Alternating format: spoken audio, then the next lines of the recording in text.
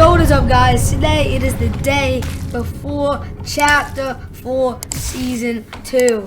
And it feels like just yesterday that Chapter 4 Season 1 came out. But guys, I'm going to have a ton of new content tomorrow. I'm going to wake up at 3 o'clock in the morning so I can react to the trailers and all that stuff. But I'm going to go to bed at 7 so at least I can get a good 6 hours, 7 hours of sleep.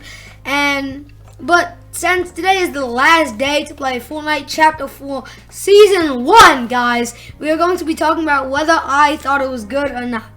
And I know people are going to have different opinions than me, but this is mine, guys. So first off, let's talk about the guns and weapons that were in the game. The shotgun in the season was really good, in my opinion. We had two choices, the Maven Auto, a faster shooting shotgun that did a good amount of damage, and we also had the Thunder Pump shotgun, a more hard-hitting but slow one, which was really good and not too overpowered but still worked well. Now on the topic of rifles, we have the Skull, which was way too nerfed this season, and I know it's good to kind of have it back, but it was not worth picking up unless it was a gold or we also have the Red Eye Assault Rifle, which was amazing for far range, and I loved using it. And for this section, I'm also going to count the DMR because it kind of works like a rifle and was decent this season, but definitely not in my loadout most games. Now on to SMGs. We had three choices, the Twin Mag, which I liked a bit for the fast reload, and the Machine SMG, which I did not like at all. And finally, drumroll please, my favorite one, the Tactical Pistol, which was amazing the whole season until they added the Mythic, and it got even better, guys. But there's also a pretty new kind, which I consider the Oathband loadout, which started off with just the Shockwave Hammer, which was I'm just going to put this out here. It was amazing the whole season. I always had it in my loadout whenever I could get it. And there was also the Excalibur Rifle in the beginning, which was pretty good for medium to close range. Then around the middle of the season, they added the Guardian Shield, which is utter trash. I only used it once or twice. And they also added the Falcon Scout, which was pretty good. It would be my loadout maybe 1 out of every 5 to 10 games just to get some loot and to fool around with. And there was also the bows, which I'm not going to get too in depth to, but they were pretty fun to fool around with. But I would still rather have snipers, guys. There were also some exotics that you could get from the hollow chest or NPCs, which I did use at the beginning, especially for the dub for the Soaring Sprints exploit and some of the other bows. I did use, but overall I didn't really open many hollow chests this season, meaning that I didn't get many exotics.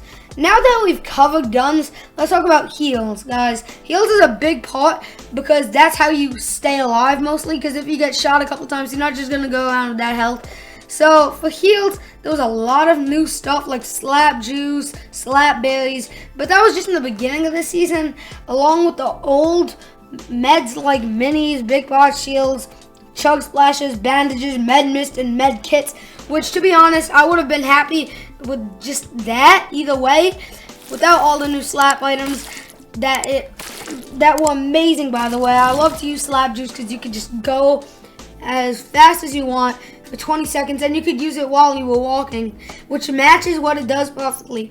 But then they added something around the end, and if you guys can guess it, it was Slurp Juice, which made the season's heal so much better, and I hope that it stays for season 2.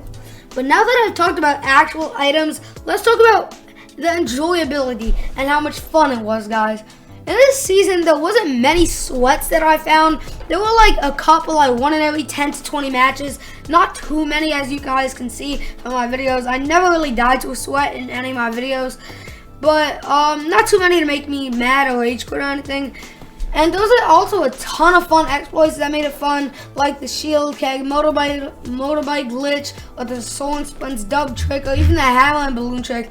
And overall, it was really fun to play with, or without friends. You could play it with or without friends and it would still be fun. Now for the map and mobility, I think that the map varies a lot, varies in a lot of ways. Like how 1 minute you could be in the icy hills and the next you could be in canyons at the Citadel. And the mobility items we were given, like the hammer or motorcycle, match the map perfectly. But the cars, not so much. Those matched last season's map and most of the other seasons. But this season, I never drove a car. Maybe once or twice.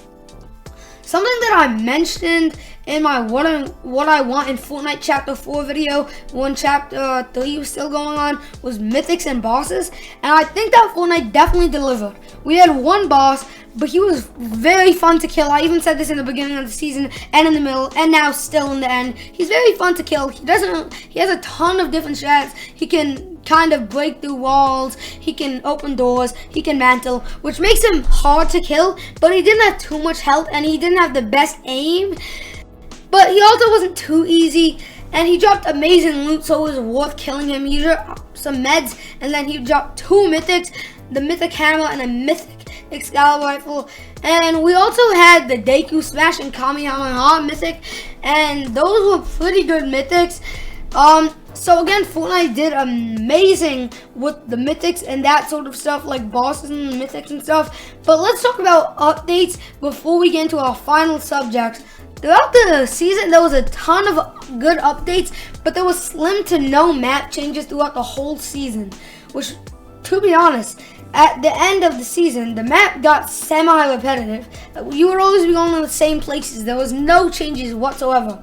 There was maybe like a little bamboo thing, but that's just a little teaser, and it wasn't even meant to be there. So the updates, not so good. There was good updates with items and that kind of stuff. Map changes, not so good. And now for the final subject, guys. Content. This is the biggest thing. This is the thing that I need the most. I need content for the season.